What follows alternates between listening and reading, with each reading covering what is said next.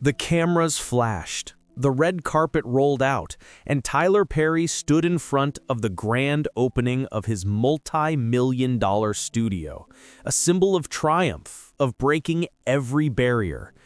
But what the world didn't see was the child who once hid under his bed, praying for the shouting to stop. The boy who bled from his father's fists, who wrote in secret to survive the noise. At 16, he made a decision that defined his life. He changed his name, not for fame, but to escape the man who gave it to him.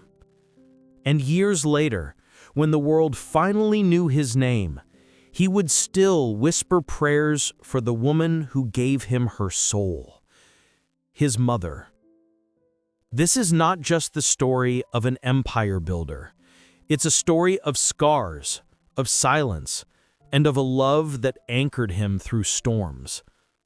Today, we uncover the painful roots behind the empire, the untold story of Tyler Perry's parents, and the losses that shaped a legend. Born as Emmitt Perry Jr. on September 13, 1969, in the heart of New Orleans, Tyler Perry came into a world that didn't feel safe.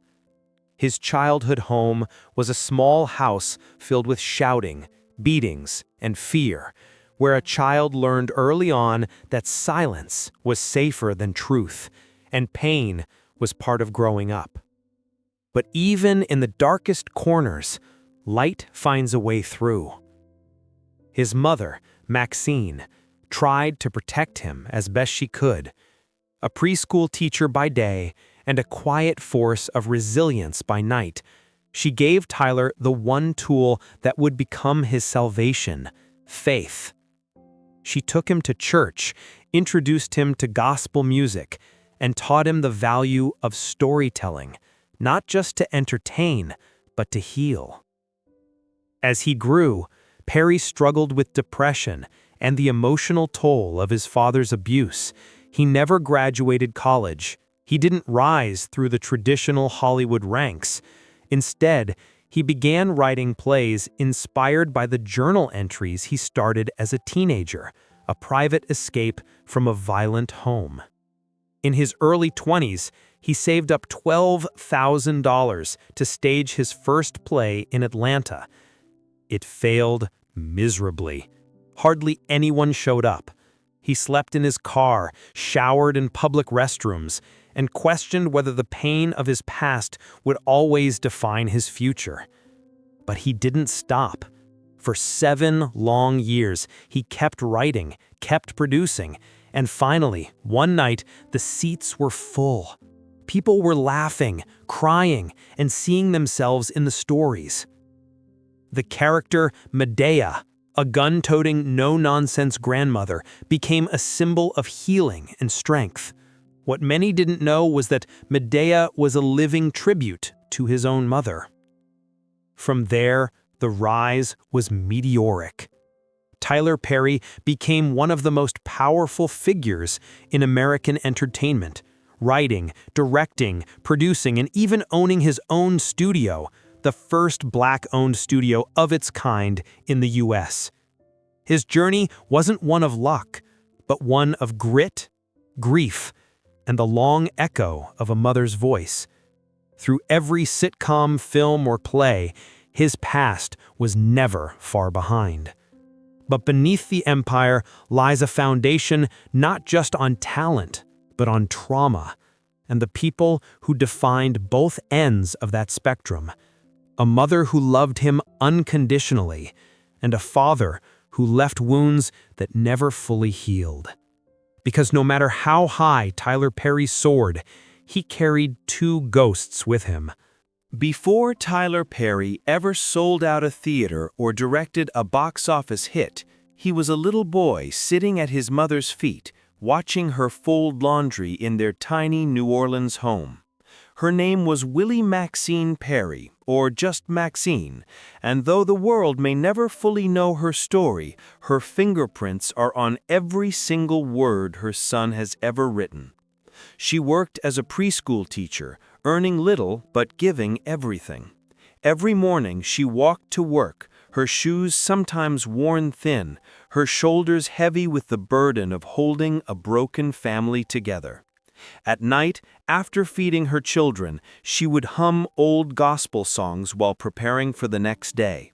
Her voice, soft, cracked, full of soul, became the lullaby that calmed Tyler's spirit after yet another terrifying encounter with his father. Maxine wasn't just a mother, she was the wall between Tyler and destruction. When his father's rage exploded into fists, it was she who stood between them, arms trembling but firm, shielding her son with her body and her prayers. She never had the power to stop the violence completely, but she gave Tyler the one thing that mattered, the belief that he was worth saving. It was she who bought him his first notebook. "Write it down," she told him, "so it doesn't stay inside you." That notebook became his first script. Maxine had a way of comforting without many words. She would stroke Tyler's head gently when he curled up beside her, whispering scriptures like bandages over wounds. She told stories of her own mother, of growing up poor, of keeping faith even when the world didn't offer much hope. Tyler later said her wisdom was simple but deep. She didn't have to shout to be heard. Madea, as loud and wild as she is, carries my mother's spirit. One story Tyler often told was of a night he came home crying. His father had beaten him again. Maxine didn't cry. She sat him down, pulled out her Bible, and read the 23rd Psalm. "The Lord is my shepherd," she began.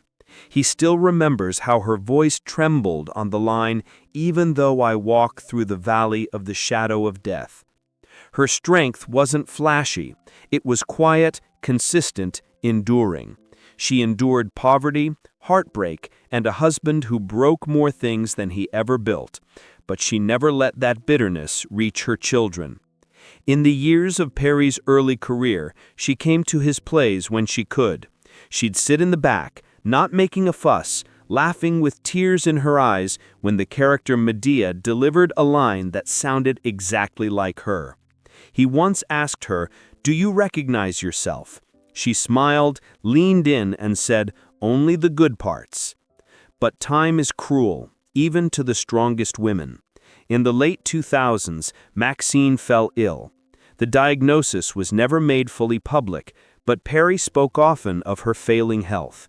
He paused filming, turned down offers, and spent weeks by her bedside.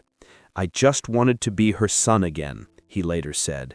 Not the man everyone knew, just her boy. As her strength faded, he held her hand and read to her from the same Bible she once held open. In the final weeks, she stopped speaking much, but every time he came into the room, she smiled. That smile, soft, knowing, full of history, stayed with him long after her voice was gone.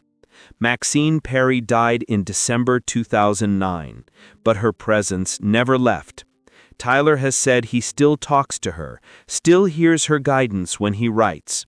"She gave me life," he said, "and when she left, she took a part of mine with her." Tyler Perry doesn't speak his father's name often. When he does, it's with a tone that's both distant and heavy, like lifting a stone from a wound that never truly closed. Emmitt Perry Sr. was, by all accounts, a man hardened by his own past, but the pain he carried became a legacy of violence, passed down to his son in ways that would take decades to unravel. Tyler once described his childhood as a war zone. The abuse wasn't rare, it was routine. His father, a construction worker by trade, believed in discipline through fear, control through fists. There were no explanations, no apologies, just rage and silence after. In interviews, Perry shared chilling memories. "There were times I prayed for God to take me, not because I didn't want to live, but because I didn't want to live there. The beatings were severe, sometimes Tyler would bleed. Other times, he would escape into closets, hide under beds, write in secret.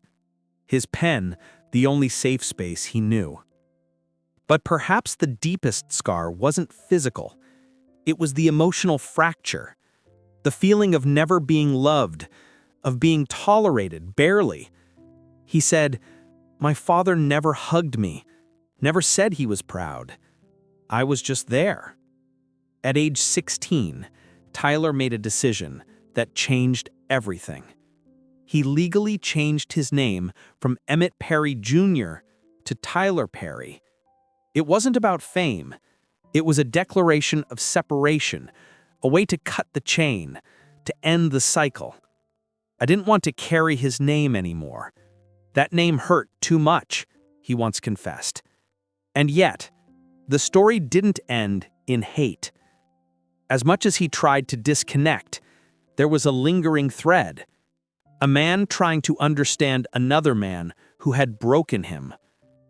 Years later, in an unexpected turn, Perry took his father in when he became elderly and ill.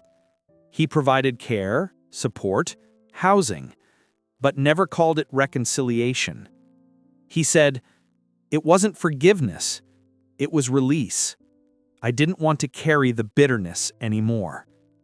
There was a moment, decades after the abuse, when Perry confronted his father, not with anger, but with a simple question. Why? The answer, vague and emotionless, was, "That's how my father did it to me." The cycle. The generational trauma. Tyler Perry didn't just break it, he exposed it. He turned the pain into plays, into characters, into a public platform that spoke for countless people who had never named their own wounds. And still, the boy in him never fully healed. He once wrote, "I'm not sure I'll ever know what it's like to be fathered with love." Emmitt Perry Sr. didn't die in a car crash or from a sudden illness, but in Tyler's life, his presence faded long before either of them grew old. The death that mattered was emotional, and sometimes that kind of loss leaves the deepest silence. The year was 2009. Tyler Perry was at the peak of his career. Films in theaters, TV shows on prime time, and the name Madea becoming a household phenomenon. But behind the scenes, his world was unraveling. His mother, Maxine Perry, had fallen seriously ill. The diagnosis was never widely shared, but the toll on her body was visible. She had grown weaker with each passing month, her energy flickering like a candle nearing its end. Perry, despite his intense work schedule, put everything on hold. He canceled meetings, paused productions, and spent every possible moment at her bedside. In her final days, the hospital room became a sacred space. He read scriptures aloud, played soft gospel music on a small speaker, and told stories she had once told him as a child. When her eyes opened, they were tired, but full of knowing. When they closed, he sat in silence, holding her hand, afraid to let go. On a cold December morning, she slipped away. No dramatic final words, just a deep breath, and then stillness. Tyler Perry didn't announce her passing publicly right away. There was no press release, no headline, just grief, quiet and immense. The funeral was held in Louisiana, far from the cameras and headlines of Hollywood. It was small, just family, a few close friends, and a handful of people who had known Maxine beyond the title of Tyler Perry's mother.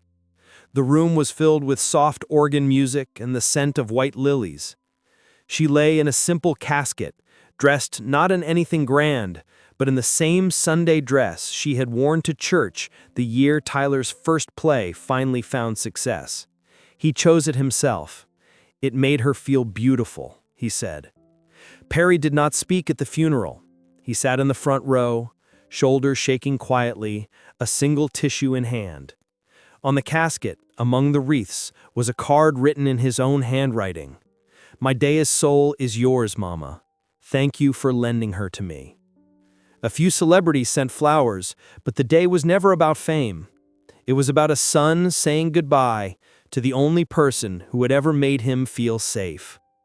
When it came time for the final prayer, the pastor paused, looked at Tyler, and simply said, "You were her greatest joy." Outside, the sky was gray. Rain fell gently, not a storm, but a soft drizzle, as if the heavens themselves understood that someone extraordinary had left the world. As the casket was lowered into the ground, Tyler stepped forward, alone.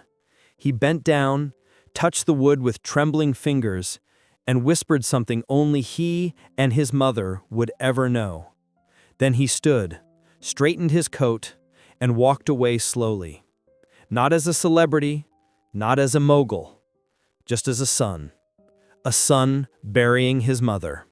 After the funeral, Tyler Perry disappeared from the public eye. No interviews, no red carpets, no social media updates.